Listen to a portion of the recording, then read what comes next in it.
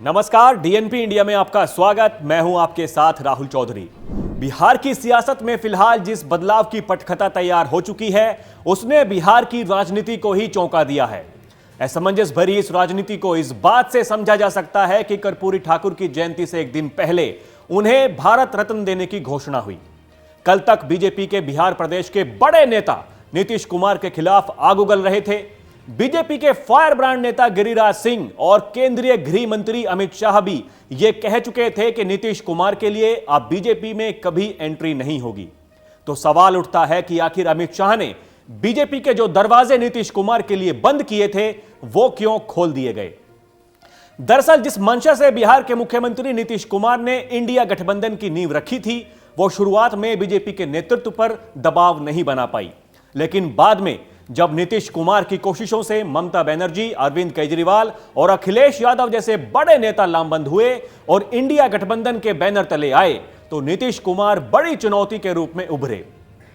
हालांकि वक्त गुजरता गया और इंडिया गठबंधन के सूत्रधार को गठबंधन में तवज्जो मिलनी बंद हो गई। एनडीए गठबंधन से जेडीयू के अलग होने के बाद बीजेपी का बिहार नेतृत्व अपने तमाम गठबंधन दलों के साथ केंद्रीय नेतृत्व को यह भरोसा नहीं दिला पाया कि 2024 का प्रदर्शन 2019 लोकसभा चुनाव के परिणाम जैसा होगा। बीजेपी को डर सता रहा था कि जेडीयू और आरजेडी की जोड़ी मिलकर बिहार में बीजेपी का गणित बिगाड़ सकती है।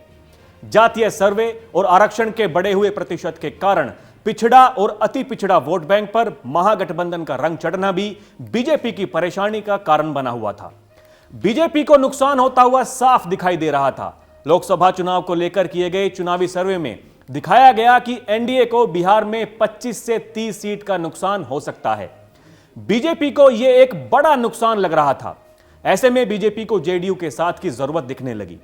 2019 के लोकसभा चुनाव में बीजेपी का हिंदी बेल्ट यानी यूपी, बिहार, राजस्थान, मध्य प्रदेश में काफी अच्छा प्रदर्शन रहा था। अभी तक जो चुनावी सर्वे हुए उसमें बिहार को छोड़कर बाकी सभी राज्यों में बीजेपी अपने पुराने प्रदर्शन को दोहरा रही थी या फिर पहले से भी शानदार प्रदर्शन करती दिख रही है। इसी के चलते बीजेपी को जेडीयू की जरूरत महसूस होने लगी। ऐसा इसलिए क्योंकि अगर बिहार में सीटों का नुकसान होता है तो इसकी भरपाई किसी राज्य से होते हुए दिख नहीं रही थी। दक्षिण में कांग्रेस का प्रभाव पहले से ज्यादा बेहतर हुआ दिख रहा है। बिहार में यह देखा गया है कि नीतीश कुमार और नरेंद्र मोदी के साथ रहने से अति पिछड़ा वोट एनडीए को 80 से 85% तक मिल जाता है। लेकिन वर्ष 2015 के विधानसभा चुनाव में नीतीश के आरजेडी के साथ जाने पर महागठबंधन को 60% और एनडीए को 40% वोट हासिल हो पाया था। यह डर भी बीजेपी नेतृत्व को सता रहा था।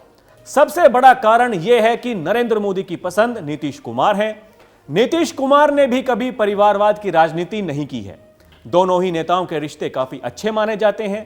पिछले साल हुए G20 सम्मेलन की तस्वीर कौन भुला सकता है जब नीतीश कुमार को पीएम मोदी ने अमेरिका के राष्ट्रपति से मिलवाया था।